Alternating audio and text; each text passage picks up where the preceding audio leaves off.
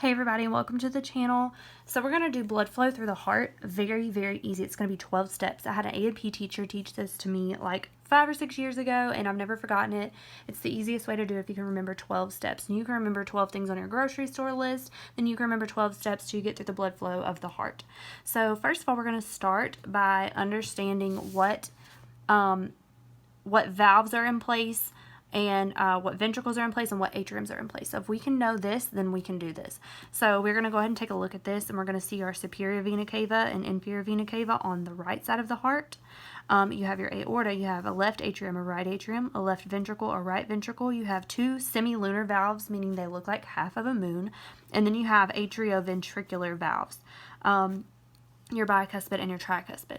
So just looking at this, a quick overview, now we're going to come over to our 12 steps. So if you can imagine oxygen, poor blood, we have a little circle up here. I would like to think it's a blood drop. Oxygen poor blood is going to go through the right side of the heart, and it's going to go through the superior and inferior vena cava first, into the right atrium, and then it's going to go out of the tricuspid valve into the right ventricle, and then into the pulmonary semilunar valves, and then it's going to go out the pulmonary artery.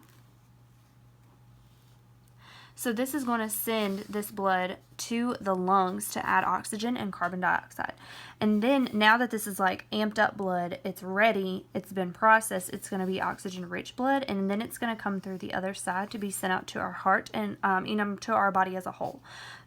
So from the pulmonary veins to the left atrium, so we have our pulmonary veins to the right here, to the left atrium, our bicuspid or mitral valve, to the left ventricle, to the aortic semilunar valve, which is right here, and then out of the aorta to the rest of the body.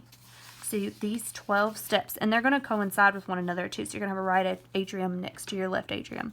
You're going to have your tricuspid valve before your bicuspid valve. And remember, we try before we bi. You're going to have your right ventricle next to your left ventricle. You're going to have your pulmonary semilunar valve next to your aortic semilunar valve. And then you're going to have your pulmonary artery in your aorta. So oxygen poor on one side, oxygen rich on the other. And if you can remember this cycle, then you have got the blood flow of the heart down.